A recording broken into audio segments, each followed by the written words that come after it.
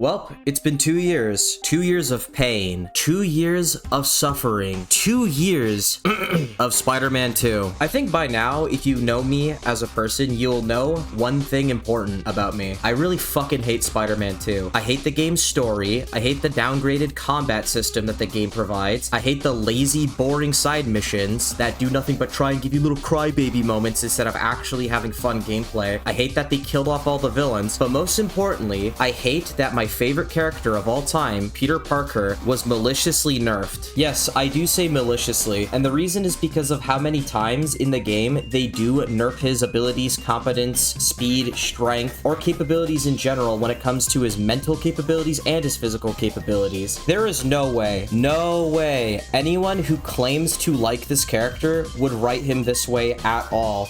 Especially that they fail to even try to give him a fair, understandable, justifiable reason for why he is so ineffective in this game. So tragically, after 2 years of this game being out, we still have people who try and defend this game. There are people out there that shill for the writing, people out there that make excuses for the downgraded combat, people out there that claim that the side missions in combat are better than the first game, people out there that think Venom is actually secretly a brilliantly written character, and people out there who pretend Peter Parker is not nerfed. Surprisingly, that's not a video we're going to respond to. This video doesn't say that Peter is not nerfed, but this video does provide some misinformation and a misunderstanding of why people dislike how Peter is handled in this game in the first place. This video in question is made by a YouTuber I quite respect called That Boy Aqua. Just to be clear, I don't think That Boy Aqua did anything malicious in this video or tried to spread misinformation or intentionally misunderstood why people have a problem with Peter being nerfed in this game. I do think he was putting in a genuine attempt to actually delve into the issue of Peter Parker being nerfed in Spider-Man 2, but I do feel like his video is kind of faux Fence City and not really that helpful for the discussion, which is why I feel like responding to it. Overall, though, I do believe That Boy Aqua is relatively a good YouTuber that can make great points when he does his analysis on video games. I quite like a lot of his Assassin's Creed videos, not all of them, but quite a few of them, and I do think his Gotham Knights video is one of my favorite analysis on that game in particular. I do recommend checking his channel out if you haven't, but just like the best of us, people make mistakes here and there. But with that being said, let's watch That Boy Aqua's big mistake and respond to the video. One of the biggest criticisms of Spider-Man 2 since launch was that Peter Parker was nerfed. What does this mean? Well, it simply means that he was weaker and more incompetent in Spider-Man 2 compared to Spider-Man 1 and Miles Morales. Some moments like the infamous fridge scene have become a symbol of this nerf. But the bigger question I want to answer is this criticism actually true? The answer is yes.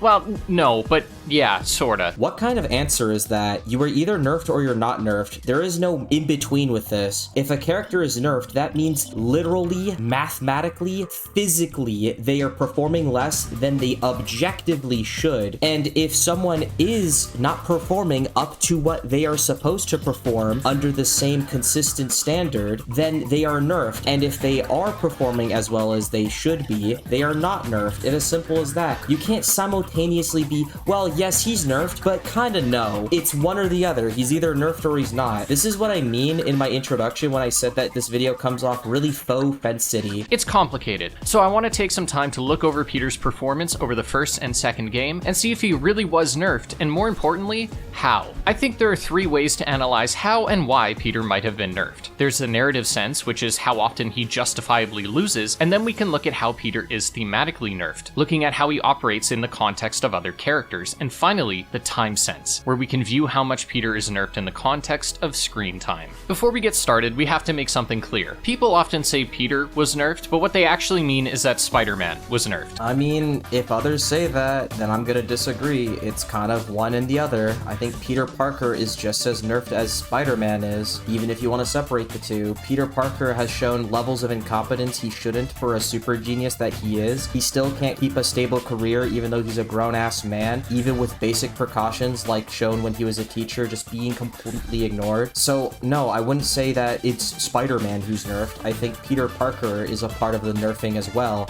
When I began researching for this video, my first step was to replay the game and look at all the times Peter loses. And here's one of my bigger problems with the video. He's only outlining how many times Peter Parker lost a fight in the game, but him being nerfed isn't always about the outcome of the fight or encounter. It's about how he performs in these encounters in spite if he wins or loses. For example, he beats the Lizard in Spider-Man 2, but a lot of people and myself would call it a nerf because of how badly he performed to even get to the victory in the first place. He almost lost the cure twice in the middle of this fight, and he almost died to the Lizard at least 2 to 3 different times, and he almost let Kraven kill him when the chase sequence happened. This is embarrassing when he has the aid of the black suit that can spawn nearly infinite tendrils and increases his speed and strength and capabilities, and this is an opponent that he's fought in for at least 10 years. This has nothing to do with him winning the fight. He did beat Lizard in the end of that encounter, but his terrible performance is still what people, like myself, would consider a nerf. So only picking out, oh, how many times did Spider-Man lose versus win is reductive and ignoring a lot of context. I then tried to categorize how he lost and if it was justified. A justifiable loss is considered as a moment where he does not feel, in the moment, nerfed as a means of giving the story stakes. For example, when he loses to the Sinister Six, that's totally justifiable. He's surrounded, taking a 1v5, and while he holds his own for a bit, it makes perfect sense that he loses here. An unjustified loss is when in the burning building with May. Peter's strength is suddenly so weak that he virtually passes out as he falls into a burning building where, had Miles not caught him, he would have been burned alive. This is one of the points I believe is super duper uninformative to the audience and is just blatantly spreading misinformation. To be fair, I don't think he's doing this intentionally. I think he just barely remembers the context behind this scene. The reason why Spider-Man quote unquote suddenly lost all of his strength is because this is after he has been stated to have 14 broken bones, has had multiple sleepless nights dealing with Devil's Breath, and had to fight through essentially 2 small armies to save 2 separate police stations on either side of the city before coming here in the first place. So already he is critically wounded, majorly tired, barely had any sleep, and can barely breathe in an area that's on fire where he is inhaling nothing but fumes and smoke. This doesn't show any level of him being nerfed. This just showed that he pushed himself so hard that even simple tasks he should complete on his own he can't do anymore because of how hard he pushed himself. After fighting multiple supervillains that beat you nearly to death, having multiple broken bones, and fought 2 small armies on 2 separate sides of the city during a war zone essentially, it is very reasonable that Spider-Man would not be able to save Aunt May in the burning building after being that level of fatigue. This is not a nerf. There's a lot of context behind this. I'm assuming in good faith you forgot and you're not lying, but still, man, maybe do your research before you make a video like this, because this is highly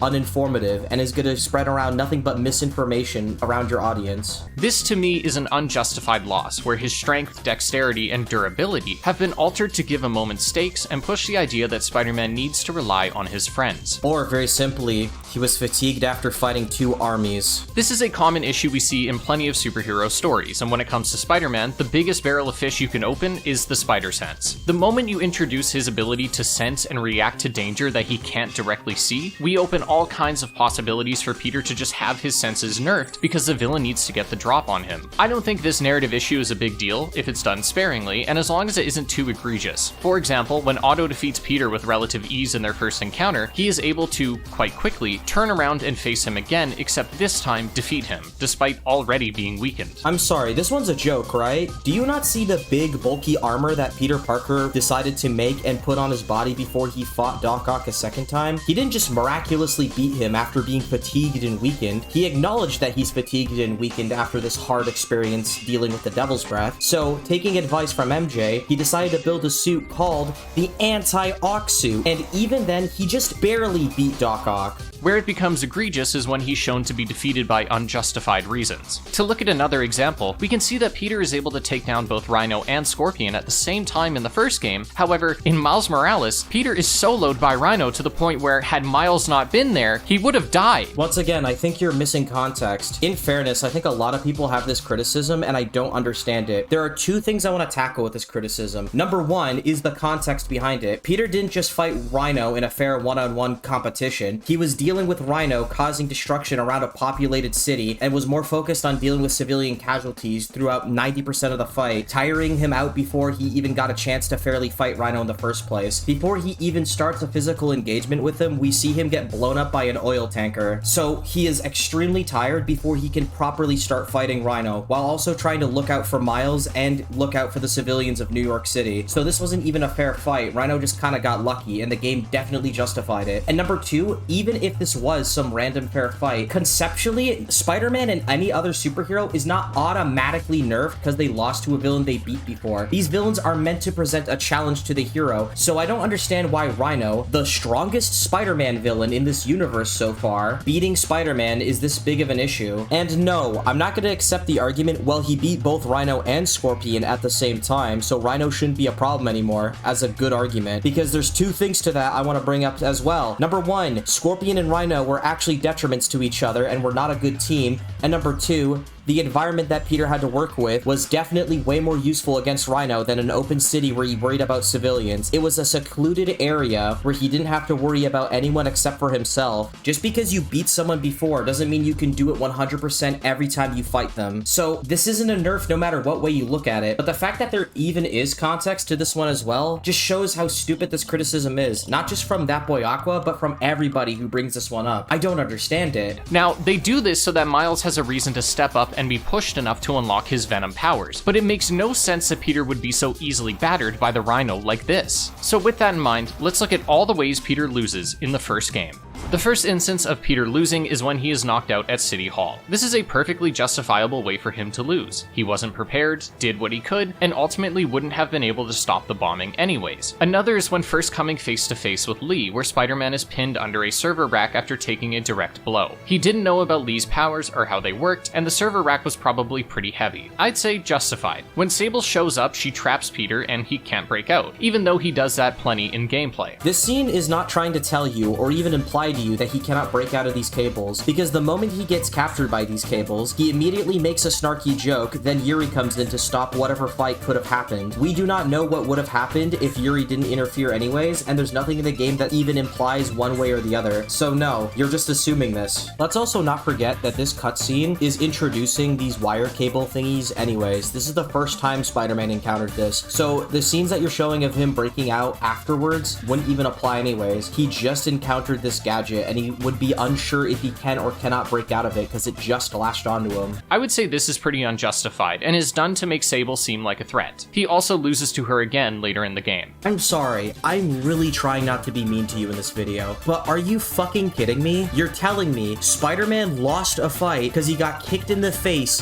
one time and then that's it? The fight got interrupted. We don't know if she would have won the fight, quote unquote. All that happened is that Spider-Man was a little frustrated with her. She pulled her guns out. He underestimated her and went, really? You really need two of those? Tried to web her guns off her hands, and then she tricked him and kicked him in the face. The only thing that is even remotely impressive about that is the fact that Spider-Man kind of looked like he was like, wow, that kind of hurt after he got kicked by her. But besides that, this isn't a nerf. He didn't lose a fight or anything. He just got hit one time because he was underestimating a normal human. This isn't a loss at all. Are you kidding me, dude? Another thing I want to bring up is the fact that Spider-Man isn't looking to beat the living crap out of Silver Sable anyways in both of these encounters. In the first one, he literally says, before we fight, who are you guys? Implying that he wants to understand what the heck is going on before he starts fighting people that he doesn't fully know. And in the second encounter, yeah, he was frustrated enough to pull away her guns, but even then, he didn't want to fight her. He just wanted to take away her weapons so that she couldn't shoot him in the face. So in both occasions, Spider-Man isn't even trying to exactly fight her. So how exactly is this a nerf anyways? In total, Peter loses about 8 times throughout the story, and 5 of those times it is justified, leaving 3 instances where I believe Peter's power was capped in order to build up the story's antagonists. I want everyone to keep this in mind. Through his supposed research, looking through the first game to see how many times this character was nerfed, he only came up with 3, and most importantly, all 3 of these instances aren't even considered fights. 2 of them at most are brief skirmishes where he gets hit a total of 1 time before the fight is interrupted and could actually begin, and 1 time is just just Peter overly pushing himself after trying to save the city multiple times. I'm sorry, but like, this is not comparable to the second game at all. And the examples you use aren't even good anyways, once you consider the context that I've provided. I'd say this is a very forgivable amount. We can see again that he loses to Rhino and Miles Morales, and while I won't count this game because Peter is hardly in it, I want to examine this scene because it highlights a big part of the problem, which is Insomniac will sometimes not remember that Peter needs to lose for a reason. If he lost to Rhino because Miles interfered and accidentally sabotaged him, then it wouldn't feel like Peter is just being nerfed to fit the narrative. But Miles did accidentally sabotage Peter. Hell, he's the reason that Rhino is free in the first place. I don't understand this. Peter was looking over Miles throughout this entire chase sequence and making sure Miles was safe because he understands that Miles is still an inexperienced rookie. So that made him have to divide his attention between trying to win a fight against Rhino and making sure that his friend and ally is okay in the process. And that's not even mentioning the New York citizens he had to try and save as well throughout Rhino's rampage. He's essentially carrying Miles and carrying all of New York while trying to fight one of his strongest villains. I've already outlined this point before, but I think it's kind of ironic that he brings up a way that this problem, quote unquote, could have been fixed in the Miles Morales game, and the fix he brought up is the fix that is just literally in the game. Anyways, let's move on to Spider-Man 2. Spider-Man 2 introduces a bit of a problem with our current methodology, which is that sometimes Peter can technically lose and win at the same time. And this comes up in the game's very introduction. When fighting Sandman, Peter falls into some sand and has technically lost. He is saved by Miles, and without Miles, would have presumably suffocated. However, later in the fight, they win because Peter devises a plan using Miles' electricity, so he technically wins there, as without him, Miles would have lost. Again, in both cases, these scenes are written to highlight the benefit of having two heroes. In these niche cases, we will count it as both a win and a loss and keep it neutral. And this is why I hate the system that you're using with the whole, oh, win-loss shit. Because, well, guys, Sandman, like, he did beat Sandman, but he also, like, almost lost. So it's kind of like a neutral thing, guys. So this isn't like, I'm not counting this as a part of why he is nerfed. No, it's way more nuanced than this. There's multiple instances where Peter's acting really stupid, incompetently, and straight up out of character for Sandman to put him in peril multiple times in this opening sequence alone. One time that I'll just simply bring up right now is the fact that he tried to fucking punch Sandman in the face when this is a 10 years experienced Spider-Man who's fought in this guy before, and if there's one thing you should know about Sandman, punches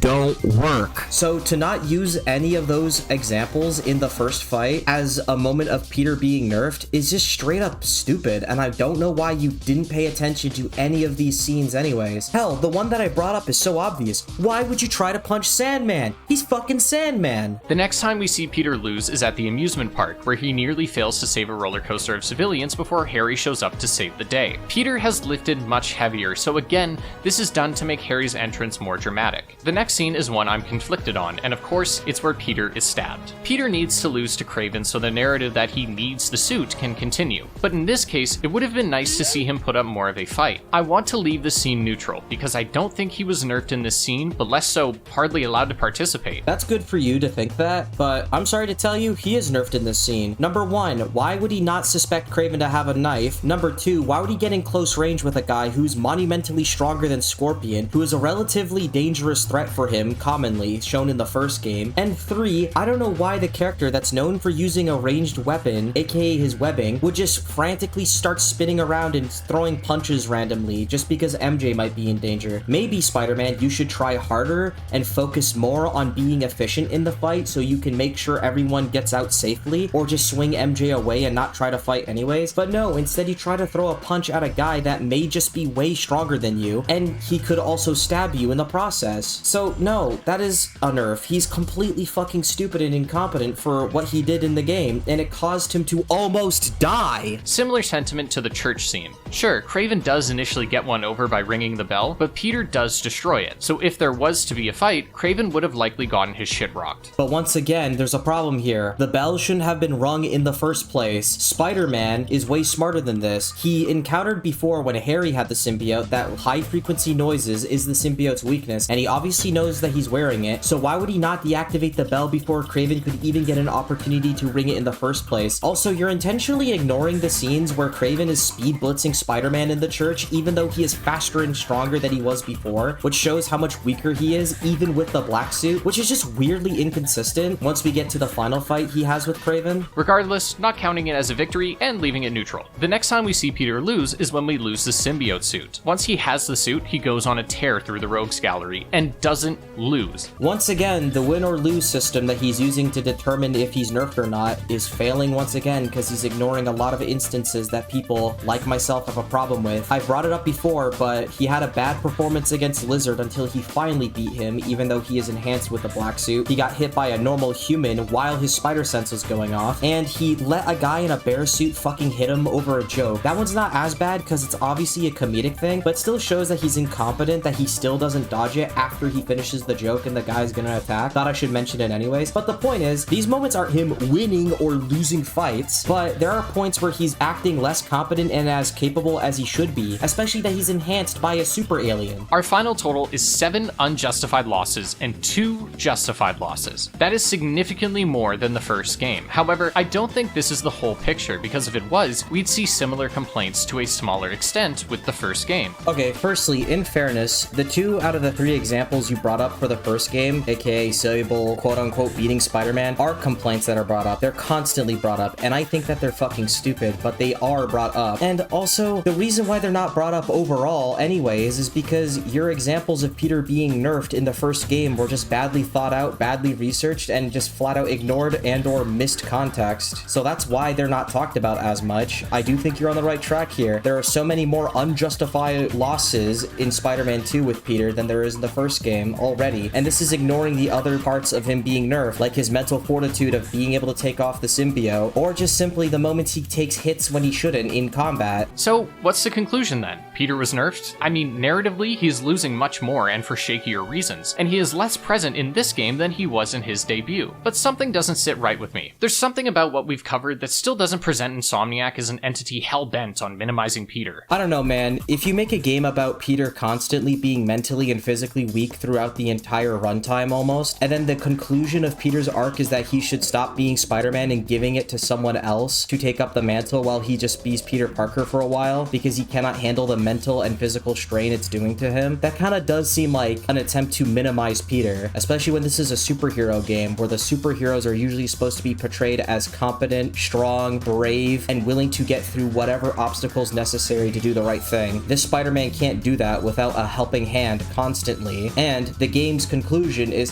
hey Peter, maybe you should stop being Spider-Man because it's kind of getting to you, man. That doesn't really seem like it's not minimizing Spider-Man if you ask me, so already I kind of just disagree with that argument. While I was taking my time going through the first 2 games, I figured why not do the same calculations for Miles and see where he stacks up. Miles is a total newbie in this game, which makes a lot of his incompetence justified, mostly. He loses to Finn after chasing her, and this is a weird loss because while he could melt her tools with his electricity, as showcased on the bridge, he might be hesitant because that's his friend. Just like how Spider-Man is hesitant to beat the crap out of Silver Sable because she isn't really a villain or a criminal and is trying to help the city just in the wrong way. Then he justifiably loses to Rhino because he is ambushed, outnumbered, and he has new armor that negates his electricity powers. Then he loses to Finn again in the subway tunnel, though he's not really putting up a fight, instead trying to reason with her. Just like how in every single encounter in the first game, Peter Parker isn't actually trying to win a fight against Silver Sable because he would rather either reason with her or just calm the situation down. And that's it. Miles doesn't lose often, and 2 out of the 3 times he does, you can make a reasonable argument that he wasn't even trying to win. Spider-Man 2 is a different story. Miles would have been eaten by Sandman, but is saved by Peter, much in the same way Peter saved him. Miles loses instantly to Scorpion, much in the same way that Peter did in the first game. You could say Miles fails to catch Lee in this scene, but it was a joint effort and Peter made the call to let him go, so I don't count this one. He loses when captured by the Hunters, and I think this is pretty justified. He loses when trying to save Peter and possibly the greatest display of incompetence, and finally, he loses to Venom, or would have lost if he wasn't saved by MJ. So he loses 5 times, and only once is it justified. Yeah, I'm gonna be blunt here. You're just arbitrarily adding unjustifiable losses to Miles to make the nerfing of Peter in this game not seem as bad, because only 2 of these I even agree with. The Sandman one where he almost gets eaten is stupid, and the one with the army of symbiotes is pretty stupid, but the other 2 are perfectly justifiable. One is him thinking he's saving a civilian, so he didn't expect to be poisoned and knocked out, and the other one is him trying to save an innocent person's life and being shocked that it was actually Scorpion behind the cell, and Scorpion hit him before he could even properly react, and even then, he only barely hit Miles. Those aren't unjustifiable. That's ridiculous, dude. Maybe try not to artificially inflate Miles's unjustifiable losses to not make this seem as targeted as it is for Peter, because I'm sorry, Peter's losses are way more unjustifiable and way more blatant than this. He still loses less than Peter, but he doesn't have as much screen time. So what conclusions can we draw from this? Well, I'd say Insomniac didn't necessarily nerf Peter, they nerfed the writers. Oh my god, that's such a painful statement. Why would anyone say that? Fucking, they didn't nerf Peter. They nerfed the writers. Nostalgia critic here. God, what a stupid statement already. But, well, let's see what you have to say about it, I guess. Despite a lot of the core directorial team remaining consistent across the 3 games, all 3 Spider-Man games have had mostly different writers. This is why the games vary so widely, not just in terms of writing quality, but writing quirks. However, there is one quirk that seems to permeate through a lot of the games, and that's the way they present power. Insomniac never makes a character powerful through giving them strength. Instead, they make the protagonist weak. That's why Miles' electricity can sometimes melt metal away when it's convenient and suddenly do nothing when it isn't. Just want to point out, there's never a moment in the Miles Morales game where his electricity doesn't work on metal, so I don't even know what he's pointing out here. It's why Kraven kills half the Sinister Six off screen, and why we see him kill Scorpion. It shows the player that he's a real threat, and when we want to make Venom look like a threat, he kills Kraven and makes Peter look like a bitch. It's not exclusive to Peter either. Scorpion is mogged, Vulture is deathmaxing off screen, and even Kraven is conveniently spared in his first encounter with symbiote Peter. I think a lot of this comes down to the writing process where writers say, okay, we need Peter to be in X position so that Y can happen. But little consideration is given to if it makes sense for how the character gets in that spot. When it comes to why there is so much non-Spider-Man gameplay, I simply think it has to do with Brian Intihar as a director. Peter Parker is literally half the reason Spider-Man is so cool, and Brian Intihar has always maintained that he wants to showcase that side of him. Yeah, but what does this have to do with Peter being nerfed exactly? Like, I don't care how much screen time Peter Parker has, and most people who complain about Peter being nerfed also doesn't care how many hours we get to play as Peter without the suit. So, like, what's the point in bringing this up? I don't believe Peter himself was maliciously nerfed. I don't think the people that do think that are wrong. In fact, all evidence points to them being somewhat right. But I personally, in my heart of hearts, don't get that impression. I know the discourse around these games can get heated at times, and I want to say that all of these games, especially Spider-Man 2, are flawed and are worthy of critiquing, but I still love them dearly. And this is where I'm going to start wrapping things up, because I don't think the rest of the video really has anything worth responding to. Ultimately, I think the lesson that needs to be learned here is sometimes topics aren't as three-dimensional or as gray or as nuanced as it seems to be. Sometimes it's very simple. It is or it isn't. And this is one of those occasions. The discussion will be, is Spider-Man nerfed? He either is or he isn't. There's no, well, he is, but like, he kind of isn't. He's not really nerfed. It's the writers that are nerfed. It's no, he is nerfed. And it's very simple. When we go into topics like this, I genuinely recommend people look at the facts, look at the evidence, and pay attention to that while keeping the topic of what you're discussing in mind. Factually, objectively, observably, Peter in Spider-Man 2 is consistently nerfed, and nerfed to the degree that is far more overblown than the other games that Insomniac has made prior. There is more examples of Peter being nerfed, more examples of him losing fights he shouldn't lose, more examples of him struggling with things he shouldn't struggle with, etc., etc. This is what we have to look at, and sometimes it's not as nuanced as people like that boy Aqua want to make it out to be. It isn't some, well, he is, but he isn't, well, let's discuss this, guys. No, it's simple. He's fucking nerfed. He got hit too many times, he lost too many fights, and he almost died because he's a fucking moron. So, ultimately, I don't think that boy Aqua is some terrible YouTuber or an idiot or anything like that, but I I do think sometimes that boy Aqua needs to understand things are a lot more simpler than you make them out to be. Sometimes issues are issues, and sometimes things are just bad. Sometimes things are just dog shit, and that's where I'm gonna leave it be. Hope you guys enjoyed. If you like this kind of content, please subscribe to the channel. See you guys next time.